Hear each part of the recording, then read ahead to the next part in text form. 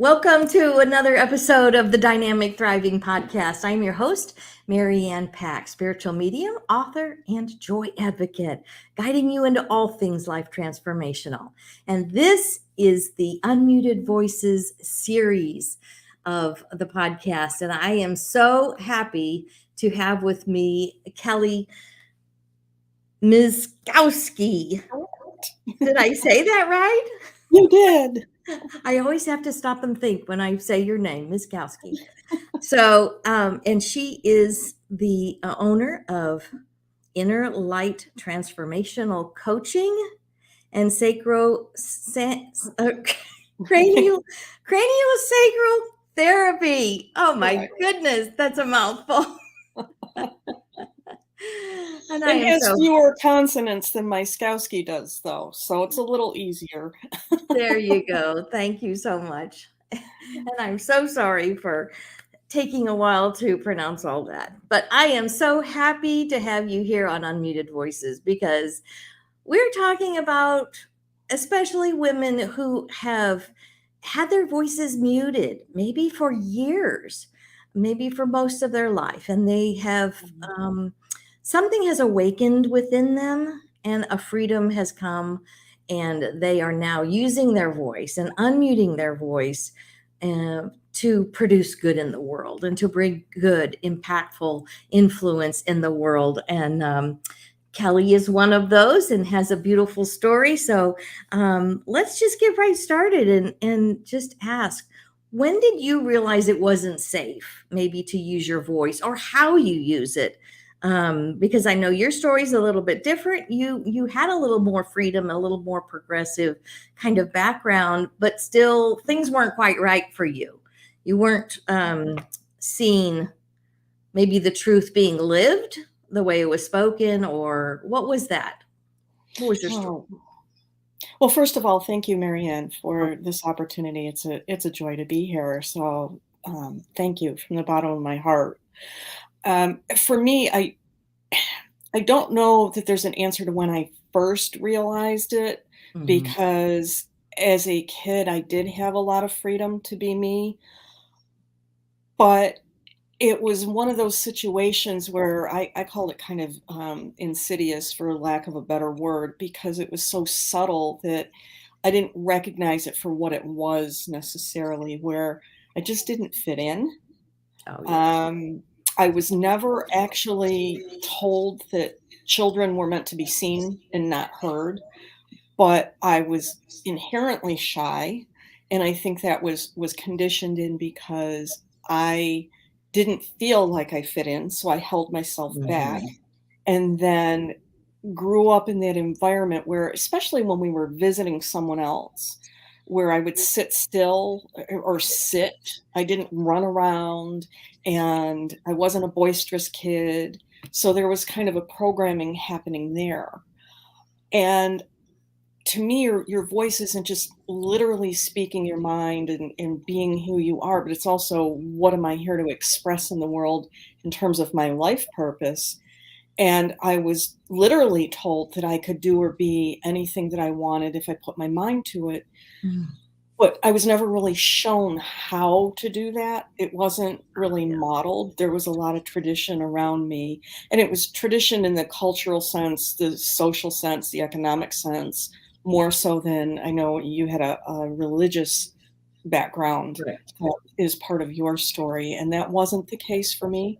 But it happened in those other ways that it was very subtle. And then later on in my adult life, as I began to experience some physical limitations and discomforts that weren't explained in any traditional sense of allopathic medicine, and with some other traditional interventions, such as rearranging my workplace and whatnot, as I went through my process, I began to realize that I was coming into, an awakening and a kind of a rebirth of who I am, and presenting that to the world in a new way.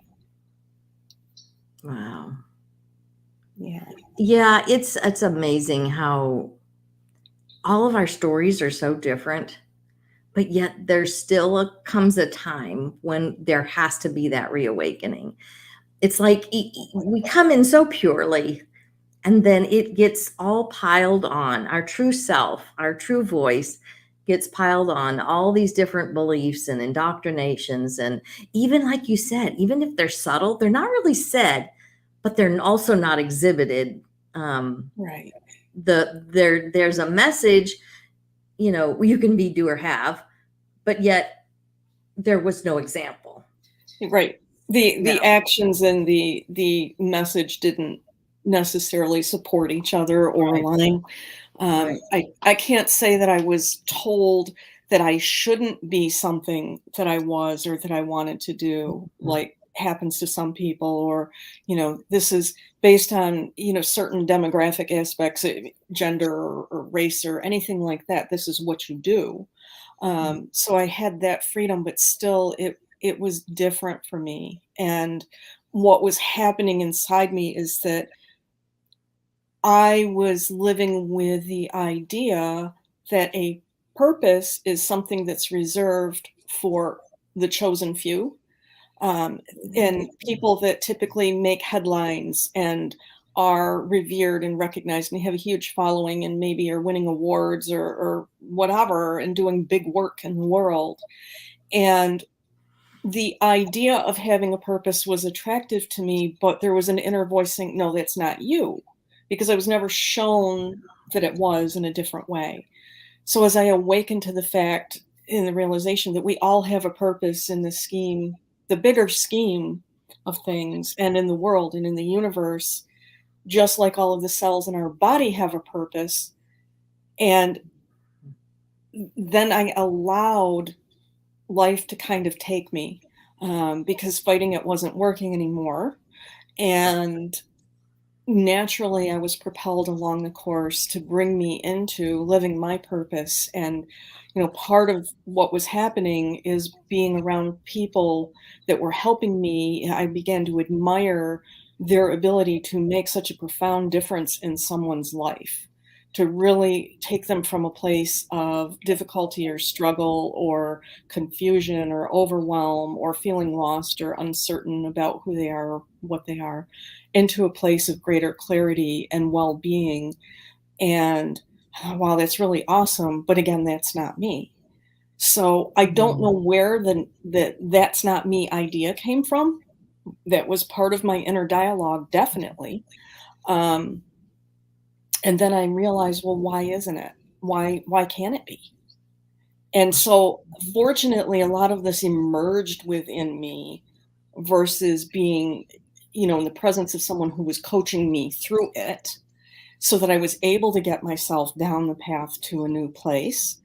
But I know not everybody can do that, and it would have been easier had I had the support. So I'm grateful that I am able to support others that desire it and feel we're a match, and be there for them in a way that I didn't have someone there for me. So yeah, it's Uh, yeah, absolutely. I feel the same way. It's like, I think it took me so much longer. And even our last guest talked about that. mhm, Don't make it take so long. Seek help.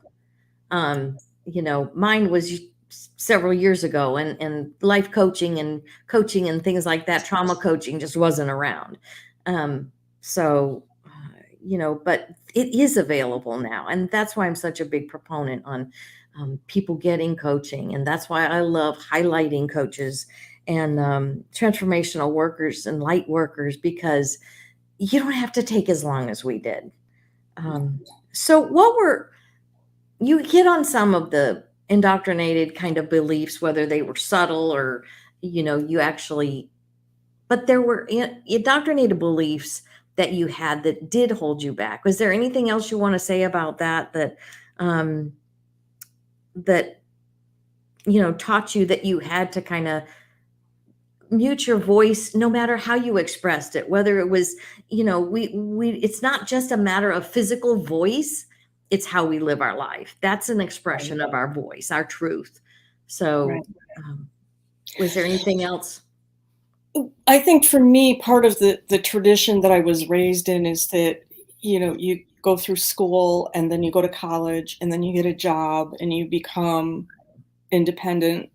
And fulfill your financial obligations and make choices in life. And people, you know, typically grow up and find a partner and create a family, whatever that looks like for them, and have a home and whatnot. And there, it just, I had to do things a little bit differently, I think. I did want to go to college, but I didn't know what I wanted to do. In Yeah. college, I didn't know what I wanted to study. And part of it in retrospect was because what I was the path that I was on really didn't exist at that time. What I was to become, the coach and transformational guide that I am, did not exist at that time. Mhm. So I knew to choose what felt the like the rightest fit for me. It wasn't necessarily the easiest, but it was what I felt I could live with and support myself in staying on my path. And I know I run across people all the time who haven't had that, or they haven't been able to do that, that were much more directed by someone else that may have been well intentioned, but again, it wasn't really right for that person. Um, so it kind of manifested in me that way. There was one other thing that I wanted to mention when you and I were talking before we went on the air here about, from a human design standpoint, and there are certain people who are designed to listen to that part of their gut that is correct for them to listen to in decision making, and that they'll hear uh-huh or uh-uh. They'll literally hear that. And very young children will often give that as their response to a yes no question. And then they're told to use their words, like don't grunt. Oh. And that's a way that our own innate guidance gets conditioned out, because we have this standard that we're expected to live up to. Or someone wants to hug us and we don't feel comfortable with that contact. That's not necessarily a judgment against that person or meaning that they really are a threat, but that child is perhaps told, be polite, be friendly, give them a hug. And those kinds of things happen with good intentions in mind, but that's some of the ways that we learn our instincts aren't what we're supposed to be following. And that gets us down the path of being potentially unhappy, unfulfilled, unhealthy, striving, struggling, and attempting to prove, which isn't correct for us. Yes. And it creates a lot of misalignment in our lives and energy around us that we're bringing forward that's just not the healthiest for us, the situation we're in, the people that we're with. And again, I don't feel there were any mistakes in my life. Everything was for a reason. I don't have regrets. Right. But I also know we're at a point where humanity is changing, where we're coming into more of a balance between the masculine and feminine, and being asked also to balance between our intuition and our innate instinctive guidance for living our lives and the logical, rational brain of the shoulds and the musts and whatnot. Right. So part of what also happened to me is in learning to be in business, the way I was guided and coached was ways that actually are not correct for me to be doing business, only the coaches didn't know that, and I didn't realize that. I knew on some level it wasn't feeling right, but this is where we can also have some trauma in the coaching world and conditioned trauma of, me feeling like there's something wrong with me because my energy isn't behind it. I don't have the enthusiasm for it. I don't have the commitment to it. It's hard to follow through. And what was happening is I was caught in the momentum and the hype of those around me, and the bright, shiny object of something that looked like for them it worked. It led to what I wanted, but wasn't correct for me. So that's another way this has happened in my life, and this is all kind of coming together at this point in time where it's like, yeah, here's another layer of it. This isn't a linear process. Mm. It's linear in short spurts. Like, okay, we're working on this right now, and this is the path, and then we get to this point, it's like, and it kind of opens up in a whole new way, and we're back in it again. Absolutely. It's definitely, peeling the layers back, Yeah, you know. So, layer by layer. yeah, exactly. So, in having to kind of mute how you lived, or, the not feeling like you didn't belong, I can attest to that. Our previous guests also talked about that. So I think that's going to be a big issue with this, that we have those feelings of not belong, or we don't fit in. Um, but how did having to squelch that part of your life, your voice, your expression, however how, how did it affect your life? Because I know so many times it affects our relationships, or even our career choices, or our finances, our health. For me, it was health, really, or even your spirituality. What did that affect, to having to live that smaller, uh, like you said, not having, well, I couldn't have a purpose, Right. you Yeah. know. Great question. And again, I think a lot of it was subtle. And certainly growing up through school, I was not part of the popular crowd. I wasn't the latest fad. I didn't have a big following. And at times it was lonely, not Mhm. fitting in. So it affected me in that way. But yet it also was a good thing because the relationships I did have were were of the highest quality. Um, and that actually is part of how I'm designed to live in a human design standpoint. Few relationships, but it's quality that's important, not quantity. Yes, yes, yes. So there was that, and then ultimately, um, it affected me physically because I wasn't listening to the subtle nuances of my innate instincts and intuition saying, yeah, go for it. Yes, there's more. Yes, there is a way to do this.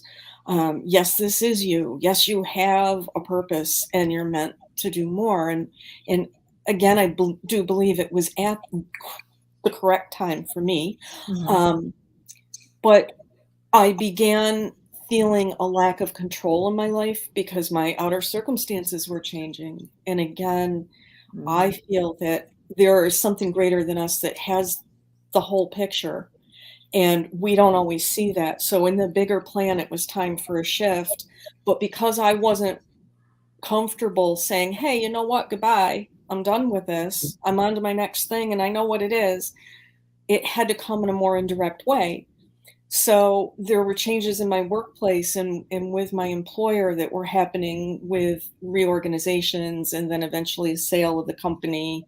And in that I felt a loss of control. And so I was attempting to control my life at times to feel better. And that was resulting in tension in my body. And one of the things I would do is use the computer and the mouse, and I can point and click and choose and change and control that way. And it wasn't like it was addictive or pathological, but that's what was happening. I was tense. Okay, I can control this. I can hold on to it. I can make this choice. And so I was having difficulty in my hand and some discomfort that defied a diagnosis.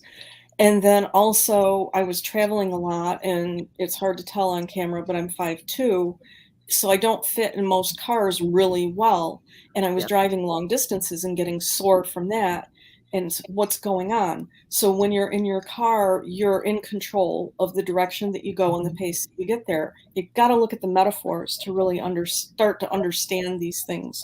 Um, and the deeper level. Mhm. So it was showing up in my body in a lot of different ways. And we were adjusting the car and we were adjusting my workspace and giving me a different mouse. And, a lot of it was happening because I was on the computer a lot at work. And um, it was showing up as, this is something isn't right here. Right. And eventually, the part of me that just persevered, that knew there was an answer out there somewhere and these other answers weren't fitting. I was told, "Oh, you probably have fibromyalgia or lupus or something," and I was like, "No, I don't have something I can't spell or pronounce. You're wrong. There's some other answer here." And literally, that's what was going on in my head. I'm like, well, then what is the answer? I don't know. But I eventually ended up in the hands of a craniosacral therapist. And the way I look at craniosacral therapy is it helps us relax to the point that the blueprint for us and our being is able to more fully come through and express without the limitations, without the beliefs and the indoctrination and the conditioning and all of those preconceived notions and voices in our heads that hold us from fully expressing, that hold us back and keep us playing small and being something we really aren't designed to be. And when we relax to a very deep point, the tension patterns that it's very literally can be tension in the body, and dysfunction can then begin to resolve and allow that fuller expression. And as I was beginning to feel better physically, I was beginning to perceive the world differently because the filters were relaxing and opening up and resolving. And then as I saw my world differently, I related to it differently. So there was less stress, and it's stress in a broader sense than what we typically think about. But it's still stress. So as I was relaxing and opening and allowing the flow of life, then nature took its course. And the job that I was in when all of this started, the company was purchased by another company and my position was eliminated. I was hired into another job with similar work because I didn't know what to do at that time. And I knew that I wanted to be able to work with people in this way, but my logical brain said I have to be able to pay for it. To pay for it, I have to be working, I have to have an income, and then I'll learn that part-time. And the universe was like, honey, you are just not getting it. So my next job was then eliminated. And I knew at that point that I was not going to continue in that profession. There was something else for me. But again, the logical brain is going, how the hell do I do this? Exactly. Because I got to have money. So I got to get another job. But where I live, the opportunities are few. We're not up for moving. Hubby was a dairy farmer, multiple generations, and this is where we're going to be. And I knew I was staying with him. So how is this going to work? Right? And finally, when I said, I've just got to, I know I need to be a craniosacral therapist to help people grow personally and professionally. And the easiest way for me to do that, I had to have a license to touch, was to become a massage therapist. So go to massage school. And my best friend at that time, she was my massage therapist. And when I said, I've got to find a way to go, I guess I'm just going to have to go and forget trying to look for work. And she looked at me and she was kind of like, I forget her exact words, but I wondered when the hell you were going to finally realize that, you know? And so I went to school, and then things flowed and the universe supported me in that. And I got through school and I got to open my business. And over the years, it's been a challenge for me because I don't have a traditional business. I'm not meant to work with a huge number of people. There are certain people that I am designed to work with that need to find me, and we connect. And I don't have the energy to work the typical number of clients that most other people can work with, and to work a full work week. But also part of my process was to see something in a very unique way and then kind of synthesize something new that people aren't necessarily ready for and open to, and to have a challenge in articulating that.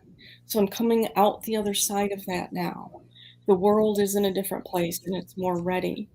And I've learned also to go easy on myself and not beat myself up, and listen to all of the message coaches and the well-intended coaches and colleagues who say people don't understand what you do.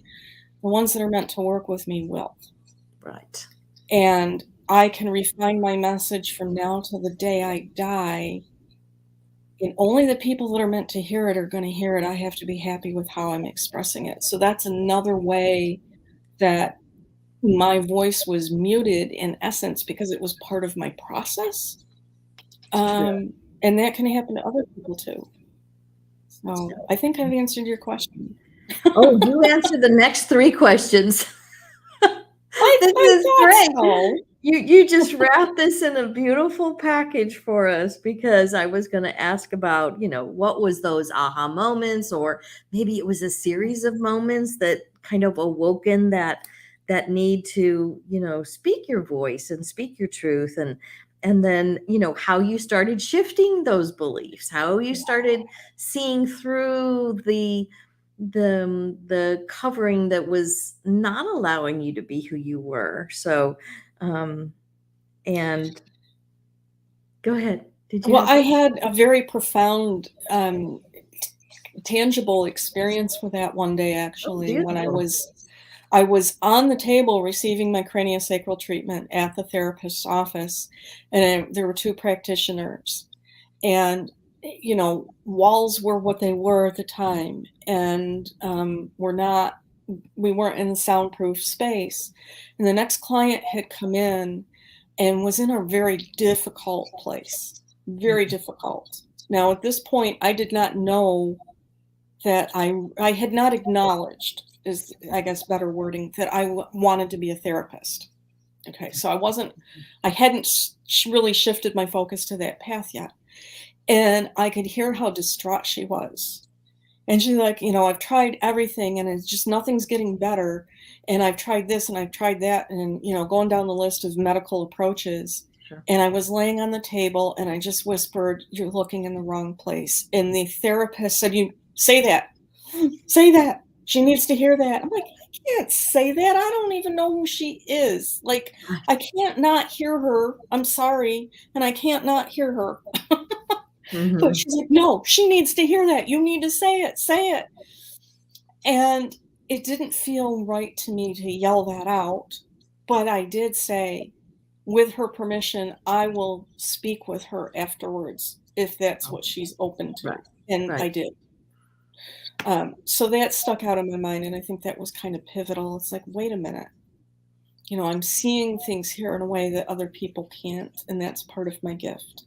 And you can't see it for yourself, I'm able to help you connect the dots for yourself. If you don't actually connect them, it's not gonna, things aren't really gonna shift. Somebody else can't do the work for you, but to make the space and help create the opportunities. So thank Oh, you for the absolutely. opportunity to share that. Yes, absolutely. I'm just thrilled. And so now, in the place of our mess being our message, your message now to the world is. Oh, wow. My message to the world is that everyone has a purpose. You Yes. would not be here if you didn't. It just might not be a purpose in the conventional sense in which it gets defined, and the word gets used a lot Mhm. and perhaps overused. So you are serving in some capacity to create change, to make a difference, to support functioning and flow and life. It just might not be headline worthy. And that Mhm. doesn't mean that it's any less. You might not be up for the next Nobel Prize, but that doesn't mean you're any less than. And oftentimes it gets associated with our titles and our hats and our roles, and that is not your purpose. Your purpose is with you regardless of your circumstances, regardless of the position that you hold, or how you're spending your time, or how you're earning a living. How we express that purpose is through our hats and titles and roles, but those are given to us at the time that it's most appropriate for us to express that in the world. And then we all have a vision of what we're creating or how we see ourselves and how we see the bigger picture. So each one of us has a vision, mission, and purpose to live out, just as any corporation does, as any business does. And I help people discover what that is for themselves. But what I also know through my experience is that intuition and our innate instincts are as complicated as the rest of our anatomy and our nervous system. They are vast. And for each one of us, it takes on its own, we have our, I guess it's better to say, our own unique messaging system and guidance system built within us. And early on, as I mentioned previously, we're conditioned away from that without even realizing it and without the people that are doing it necessarily realizing it. And if we can reconnect to that, we can be healthier because we're not repressing what's naturally trying to Absolutely. express. So, in that attempt to hold back, we're creating stress in our lives in a different way, perhaps, sometimes in the very traditional sense, but it can also be very subtle. If we can learn to listen to those subtle cues and give ourselves a chance to honor them in our own rate, way, and time, then we are more fully living our purpose. We are more fully expressing, and we are happier and healthier Yes, for yes, it and making the contribution we're here to make. And for me, my purpose is to live my soul's intentions for this lifetime. absolutely. And within that, there isn't, I'm a coach, I'm a healer, I'm a wife, I'm a friend, I'm a woman, I'm nothing. Mhm. That's my soul is here for a reason, and it knows that reason, and it's trying to fulfill that, and if I connect with that and allow that, how freeing is that? How empowering is that to know I don't have to make all the decisions, something else is helping to show me the way and align with that, and my choice is in aligning with that. And then there are decisions in how I'm spending my time and energy. But this guidance system isn't just for what am I going to do next? Who am I going to spend my time with? Am I going to eat now? Yes or Mhm. no? And what am I going to eat? Am I going to drink now? Yes or no? And what am I going to drink? Am I going to stay inside or am I going to go outside? Am I going to call my friend or am I not going to call my friend? Am I going to sort the mail or am I going to let it go later? All of the little mundane things that we do, dry the dishes or let them dry. Where is my joy Yes. next? And how can I connect with that? Because it really, one of the analogies that's come to me recently is feeling somewhat like an evergreen tree. And we live in a part of the country where there is a seasonal change in the foliage that's very prominent and often revered. And the colors can be very brilliant in fall. But an evergreen tree doesn't go through that change, and people don't come running to see the evergreen trees and get the camera out. They're looking at the golds and the reds and the, brilliant colors I Mhm. can't even think of, um, but they don't look at the evergreen tree. But the Mhm. evergreen tree doesn't sit there and go, "Damn, I should be learning to change color," because obviously that is where it's all at. That is what people admire, that is what people Mhm. love, that is what people pay to see, and I'm just sitting here green. But personally, I have found the evergreen trees to be even more brilliant at that time. They stand out sometimes Yes. in a way that I don't notice in the summertime. But people have a different level of cognitive functioning and thoughts and beliefs going on in their brain that allow them the ability to say, I'm not good enough.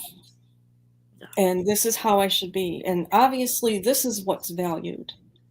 And, how many times, and I don't know if this has happened to you, but in the process of creating a business, I've been told, well, you need to do research and figure out what people want. Right. Well, I was given a gift That's and I right. have something to offer, and there is Mhm. someone there that wants that, and I Yes. need to be the invitation for them to connect with that and resonate with that, those that are meant to. And that is how business should be working, not yeah, and there are people, all right, if you want to do research, go ahead. If you need to do research, go ahead. But that's not me. This is who I am and this is what I offer. And I wouldn't be here if it didn't have value in the world. Our cells don't run around going, hey, I was put here to digest food and this really sucks because the brain's getting all the attention. Mm, I should have been a brain cell. No, they digest food because that's what they were meant to do. And when they don't do that, you kind of suffer because you got indigestion, right. Right. you know? Yes. That's so perfect. I want to So thank you. We are almost to the end here, and I want to let everybody know you can find Kelly at let your inner light shine.com, and it'll be in the show notes for you. And I want to thank everybody for being with us today. And if you're catching the replay, so happy that you've joined and that you're listening and that you are receiving benefit from this and finding hope for your own ways of looking to unmute your voice. And if you are interested, my website is maryannpack.com. You can find services there. And if you're looking for books about joy, that's what we have started at wearejoybooks.com. You'll find those in the upcoming books that are in the series. And I am so looking forward to sharing more joy about who you are, the joy that is you, the joy embodied. You are joy in the flesh. So, um, Kelly, do you have any parting words of wisdom you would like to share with our audience before we close out? be you. Find the support you need to do that. The world needs you now more than ever. That's why we're in crisis and that's what's going on. That's the shift that's happening. That's why people aren't going to work. They don't want to be treated the way they Right. were. They don't want to do what they were doing. They want to be something different. They want to be who they're here to be. They may not realize that, but that's that Mhm. instinct kicking in. And things are changing, but we're getting there. So the best thing that you can do is be the best version of you, unmuted, full on, living your full potential. And Yes, you yes, can do it. yes. Yes, I can't agree more. So thank you so much, Kelly. I Thank you. appreciate you. Remember, Thank everyone, you are joy, looking for a way to express and unmute your voice and express your joy of who you are. We'll talk to you next time. Bye bye. Bye bye. Thank you.